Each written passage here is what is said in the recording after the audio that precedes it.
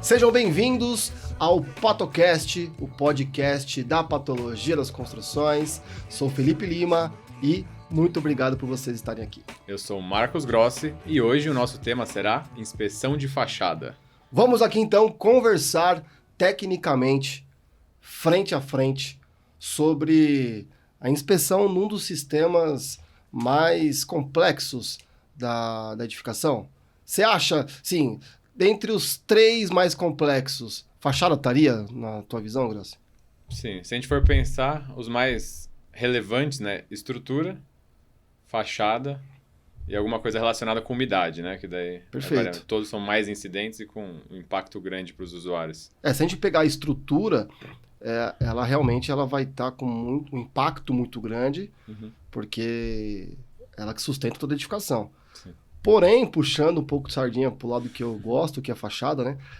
O número de incidência de problemas em fachada pode se tornar mais amplo, né? Então, acaba sendo o segundo sistema mais complexo, porém, ele muitas vezes acaba se tornando o grande sistema em termos de número de ocorrências versus a periculosidade, né? Porque a gravidade atua ali na fachada, né? Se cair, acontece acidente. Perfeito. Ele também envolve segurança e ele está exposto, né? Ele é a camada mais externa da envoltória, então ele está sujeito aí a variações climáticas, intemperismo, que ele vai sofrer realmente muito mesmo. A Fernandes e Grossi trabalha bastante com fachadas também? Dentro das inspeções especializadas, ela está dentro desse grupo que a gente falou, né? Umidade, estrutura e fachada. A fachada acaba tendo uma demanda grande, né? E muitas vezes a umidade, ela está associada à fachada. Sim. Então você precisa ter os conhecimentos do revestimento de fachada, né? E todo mundo, quando fala de fachada, a gente acaba tentando se ater à face do revestimento. Mas, na verdade, se você fala de fachada, você tem que falar do sistema de vedação, né? Porque a fachada não é dentro da norma de desempenho, não é um sistema. Ela está dentro, como é que fala o termo completo? Na norma de desempenho? Sistema de vedação vertical externo, né? Então, SVVEI, né? Que é interna, externa, externa, interna. Então, ela está dentro desse sistema. Sim. Então, a fachada, ela está para conferir para a edificação identidade e proteção. Então, é essa base que eu até passo para os alunos. Porque se a gente for olhar só que a fachada ela tá para conferir proteção, então perfeito. Eu vou lá e resolvo aquele problema técnico e a identidade. E a estética, né? Tivemos até o talk show com a Elma, né? A patologista estética, né? Teve aquela brincadeira. Porque a estética, ela é importante. Concorda com identidade e proteção ou você vê de maneira diferente? Sim. A vedação, a fachada, vamos resumir. A fachada envolve o que ela envolve quais requisitos de desempenho, já que você falou em desempenho. Estanqueidade, ela serve para garantir a estanqueidade. Resistência mecânica, né, desempenho estrutural, que é dentro da norma. Segurança no uso e operação, ela não pode desprender e cair na cabeça de alguém. Conforto térmico e acústico. E durabilidade, né, que vai envolver todos os sistemas, e estética, que seria um requisito, só que não está na norma de desempenho, né? Acaba sendo subjetivo, né? Subjetivo, mas ele impacta na valoração patrimonial. Verdade. O valor patrimonial está diretamente relacionado à estética. Então, dentro desse aspecto, quando traz algum problema de desconforto e de perda de desempenho, o usuário vai chegar até nós com a necessidade de nós, então, inspecionarmos, chegarmos em um diagnóstico. Dentro disso, o que você tem visto mais de chamados? Como o pessoal, qual o problema na fachada que tem vindo chamar aí a Fernandes Grossi, a FSL, para poder fazer então essa inspeção? Perfeito. Eu vou falar o meu, né? Depois você fala o seu, mas acho que vai ser igual. Que é assim, eu vou copiar o seu. Então vai ser igual. Ninguém acho que vem preventivamente. Minha fachada tá linda, eu quero só fazer um check-up preventivo, né? Dificilmente. Eu, particularmente, nunca tive essa condição, essa demanda, né? A maior demanda é quando tem infiltração dentro das unidades. Então tá com bolor generalizado, gotejando água, enfim. ou quando tem desplacamento, né, destacamento do revestimento da fachada. Esses são os principais. Perfeito. E um terceiro, que para mim aparece muito, que eu atuo na parte judicial, é quando tem alguma coisa estética, ou enfim, qualquer coisa, e ele quer judicializar e processar o construtor. Na FSL basicamente é a mesma coisa, né? A gente vem muito por causa de trincas, as trincas e fissuras, então eles veem as trincas e fissuras e já então se interessam, né, em chamar para entender o que está acontecendo, os desplacamentos, os problemas que acontecem e as infiltrações. Acho que são as três coisas também que acaba vindo, né? Mas quando você pega na parte da fachada, o pessoal, então, vê lá uma trinca, uma fissura, vê lá um desplacamento, vê lá um problema interno, e aí quer uma inspeção. Mas, na verdade, eles acabam não sabendo muito em que nível de inspeção, o que tem que inspecionar, só que é ali uma parte de diagnóstico, né? Mas você falou sobre prévio, eu tive 2 experiências interessantes, que não foi motivado pela inspeção. Alguns prédios estavam no término ali daquela período de garantia, e a construtora indicou que eles realizassem, então, a lavagem. Já precisavam fazer a lavagem. E teve uma época que a FSL, a Macfel, fazia até a lavagem da fachada. E era algo interessante, fica até quem quiser trabalhar com mão de obra, né? Porque nós oferecíamos, então, a lavagem da fachada com diferencial de inspecionar. Porque eles não viam nenhum problema, mas precisavam lavar a fachada. E já que, conhece o francês? Já que estávamos com a equipe lá, realizando a lavagem, então nós já aproveitávamos, fazíamos uma inspeção com a equipe, e ao final da lavagem entregávamos um relatório de como é que estava. E nisso já apontava o selante com problema de vida útil, com falha de adesão, de coesão, o rejunte com problemas e com pontos de falha. Então isso trazia, né, uma alternativa para que eles pudessem resolver o problema de maneira prévia. Mas não era uma contratação específica para isso, né? Vinha junto ali dentro de uma lavagem, né? Sim. Quando o pessoal vem então e fala, Grossi, tô com problema na minha fachada. Como que você organiza o nível da inspeção e o que você vai investigar? Isso é uma resposta, assim, não muito simples, né? Porque depende muito da manifestação, a princípio. Porque o cliente, quando ele vem, ele não tem noção nenhuma da complexidade do que envolve um diagnóstico, né? De qualquer vertente. Ele não sabe, ele quer um laudo. E como ele tem, muitas vezes, uma ideia pré-concebida do que é um laudo... o cara me fez um laudinho ali, né? Que é só meia dúzia de foto, tipo um relatório fotográfico. E, normalmente, uma conclusão baseada no achismo ou numa hipótese que ele levantou. Ele não confirmou essa hipótese, né? Não fez uma investigação mesmo. A gente não tem, normalmente, um cliente ciente do que ele realmente precisa e quanto isso pode custar, né? Envolvendo a complexidade. Tá. Então, acho que assim, daí o que eu faço, né? Porque se você já dá direto o pacote completo de método de investigação completo que deveria ser, envolvendo percussão em toda a fachada, arrancamento, uma análise físico-química do revestimento, tipo, você nunca vai fechar nenhuma proposta, né? Vai dar 50 mil reais para você fazer a inspeção e o cara vai comparar com o outro que te cobrou 5 mil. Então, eu normalmente deixo na proposta níveis. O primeiro nível para ele comparar com o do cara, que é uma simples inspeção sensorial. Perfeito. E daí, segundo nível, envolvendo a percussão, que acho que é básico, né? Ou uma termografia, eu ainda não... Eu tenho ressalvas em fazer somente termografia, então a percussão. E acho que isso já está o suficiente. Algumas janelas de inspeção na percussão. Esse seria o segundo nível básico, acho, né? Percussão com janelas de inspeção onde você identificou o som cavo. E daí depois os outros níveis depende muito da manifestação. Então, parece que é uma expansão por sulfatos. Vamos fazer uma análise de teor de sulfatos. Eu acho que está envolvendo uma rigidez muito grande da argamassa. Daí a gente vai para ensaios mais avançados que a gente pode discutir depois. Espetacular. E você? Trabalha parecido, diferente? Parecido. Na FSL nós desenvolvemos os níveis de consultoria, que a gente deixa claro para o cliente. Então, do nível 1 ao nível 5. Tá? Então, até coloco, né? Poxa, só tirou umas fotos. Interessante, ué. Se você contratou Tirar fotos, há uma técnica para isso.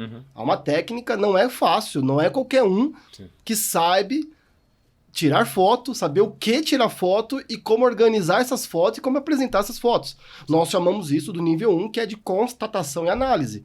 Então, de repente, se o síndico, o usuário, ele tem um problema na fachada inicial, acabou. Então, vamos lá, fazer um relatório de constatação, nível 1, você vai ter um relatório dos problemas, da quantidade dos problemas, onde estão os problemas.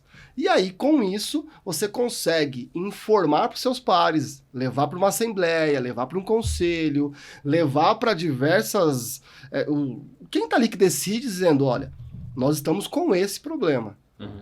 Muitas vezes você indicar, porque tem muitos moradores nos condomínios, e nós às vezes somos uns desses, que entra pelo subsolo, sobe o elevador, entra no elevador e sai pelo subsolo. Sim. Não vê a fachada.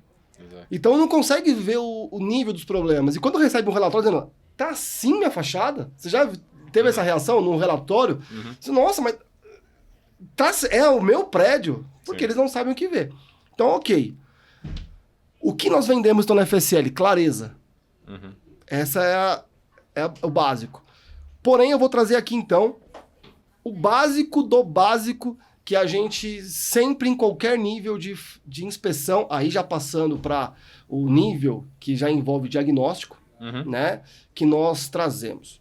Primeiro, a inspeção sensorial, então com base na inspeção predial, tanto visto das áreas possíveis de acessar, térreo, cobertura, quando tem mais blocos de um apartamento para o outro, de um bloco para o outro, você consegue fazer análises, né? Em alguns casos até, nós selecionamos uma quantidade de unidades para entrar na unidade, para poder ver da sacada, ver da janela, então você consegue fazer uma inspeção sensorial, e isso é muito importante também interna, você verificar o que está acontecendo internamente como sintoma. Perfeito. 2, abertura de janela de inspeção. Então, classificou as principais anomalias, pelo menos uma prospecção semidestrutiva, uma abertura de janela, em cada tipo de anomalia. Fissura inclinada em canto de janela, no selante, nos pontos que a gente já identifica como chave, né? Ensaio de percussão, aí eu posso ter ou amostral, ou completa, dependendo da clareza e da quantidade de possibilidade financeira do cliente. Até a amostral pode ser até feita pela própria equipe na parte aí na inspeção sensorial. Então você, na cobertura, no térreo, sobe num andar aí, num apartamento que tem um garden, pela janela você, né, só amarra, tá bom, o martelinho, né? É sempre amarra. É importante e tal. Então você faz essa inspeção sensorial. E claro, os conjuntos de anamnese, né? Histórico. Com isso, a gente já consegue ir muito fazer. Sim. E saber o dia de inspeção, né? A inspeção pós dias de chuva, inspeção dias de sol. Aí o que nós temos? Como na FSL a gente tem os equipamentos, então o que a gente acaba fazendo? Usando o ensaio de resistência à tração, em algumas vezes como janela de inspeção, como ensaio expedito. Olha a loucura. Os dois, né? Porque eu posso abrir alguns pontos aleatórios e usar aquilo já como uma referência, não um ensaio propriamente dito. E também a questão da termografia, utilizando a câmera termográfica, mais para identificar onde é concreto e alvenaria, isso ajuda bastante. Quando tem alguma umidade, você pega aí nesses pontos. A gente vai traçando esse pacote. No fim, a clareza é trazer igual a medicina. Se você vai no pronto-socorro com uma doença, o médico vai propor um conjunto de ensaios e de exames que podem parar ali e dizer, tá ok, já consigo o diagnóstico, ou começa a aprofundar. De repente, você abre uma janela de inspeção, o embolso está friável, ele não está muito adequado. Você fez os ensaios expeditos, ensaio ao risco, né, ensaio ali da lixa, e aí você pode promover, né, apresentar para o cliente, dizendo, olha, até aqui nós chegamos, os resultados indicam a necessidade de ensaios avançados. Né? Vocês também partem por esse caminho, né? Sim, normalmente é assim, porque você não consegue vender tudo, né? E até não fica Até justificável. difícil, É justificável, né? Por que eu tenho Já que fazer? quer fazer tudo, ressonância, raio-x, sim. ultravioleta, sei lá o que for. Sim, daí começa passo a passo. Então você não consegue dar um preço fechado do quanto vai ser o seu serviço. Mas fala, ó, você vai gastar isso e se precisar de mais alguma coisa... Deixar claro na proposta, né? Sim. Nos itens, no escopo ali. Uhum. Partindo para esse lado, para a gente já ir para o encerramento aqui, quais são os ensaios avançados possíveis de se solicitar no revestimento de fachada aderida, vamos chamar assim? Perfeito. Até recentemente tive um caso, só para pegar o gancho, que a gente fez uma inspeção sensorial. Então a gente fez com drone e fez as janelas de inspeção. Fez o teste do risco, deu resistência superficial baixa. Era pastilha, né? Então a gente removeu a pastilha, resistência superficial baixa.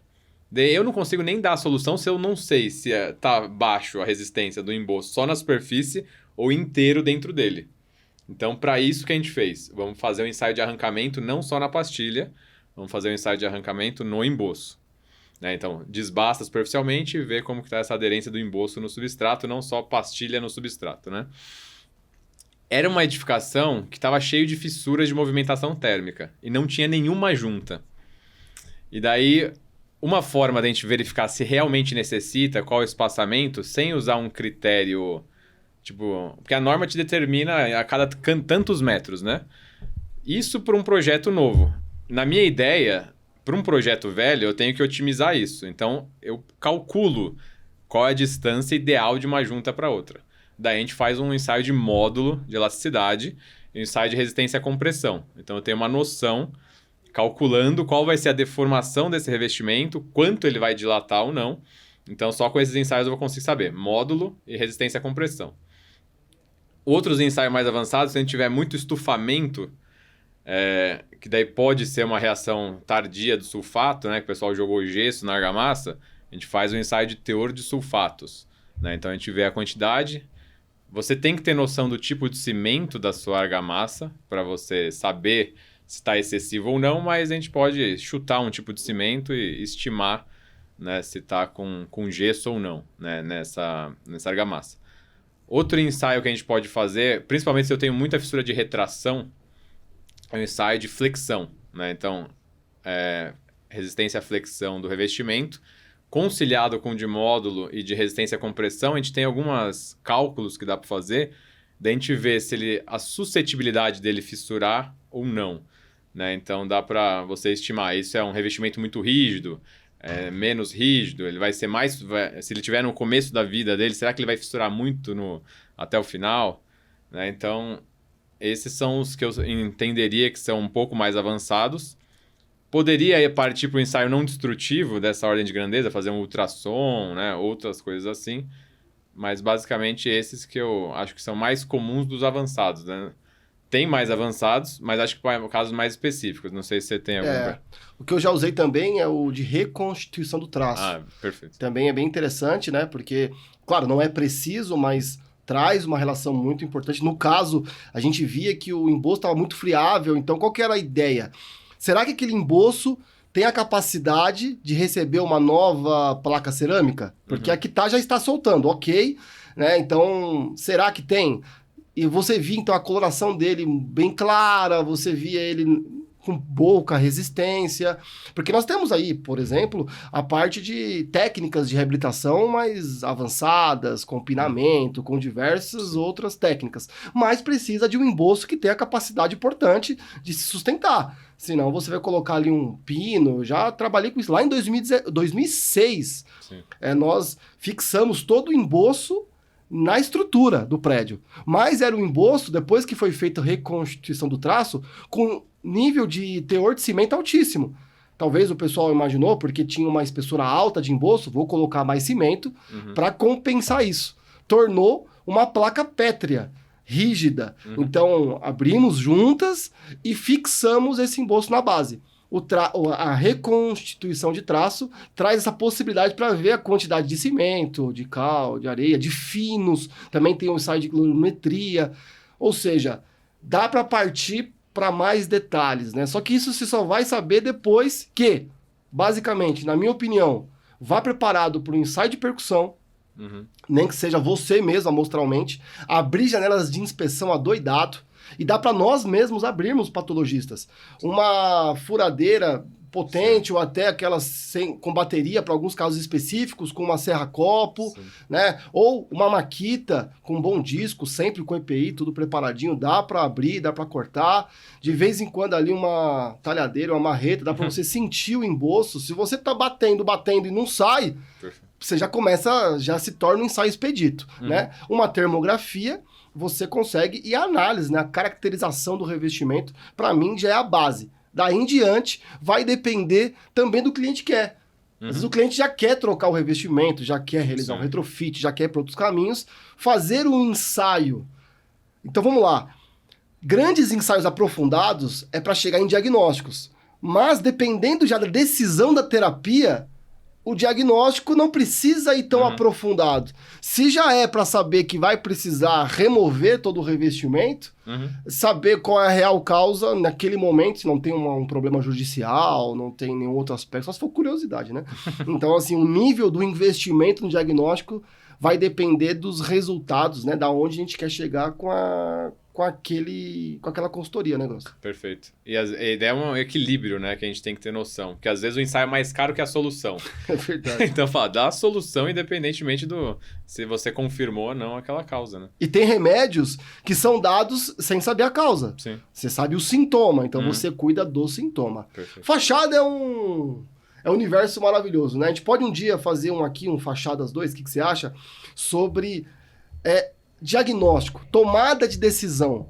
Sim. Quando dá para recuperar, dá para recolocar o revestimento que soltou, mas tem a questão de alívio de tensão, juntas de movimentação, como fazer, como inspecionar, se tem que condenar um revestimento inteiro de fachada, ou se dá para recuperar, topa o desafio? Sim. É bem interessante. Então vamos trazer logo mais. É isso aí, pessoal. Esse foi o nosso tema inicial, inspeção de fachadas, um pouco da minha experiência aqui com essa área e um pouco aqui do que a gente tem falado e vivido nos revestimentos das nossas fachadas. Perfeito. Se você gostou desse assunto, deixa nos seus comentários sua opinião. Se você tem alguma dúvida, também deixa nos comentários. Não deixa de curtir e compartilhar, que ajuda bastante a gente. Então, até o próximo PatoCast. Diquinha final. Revestimento aderido, leia a norma 13755. Ela é uma base interessante para a gente já partir de algo básico, né, Grande Grosso? E para qualquer revestimento aderido, né? Ela é de pastilha, mas dá para usar para qualquer tipo de revestimento. Exatamente. Certo? Forte abraço. Até mais.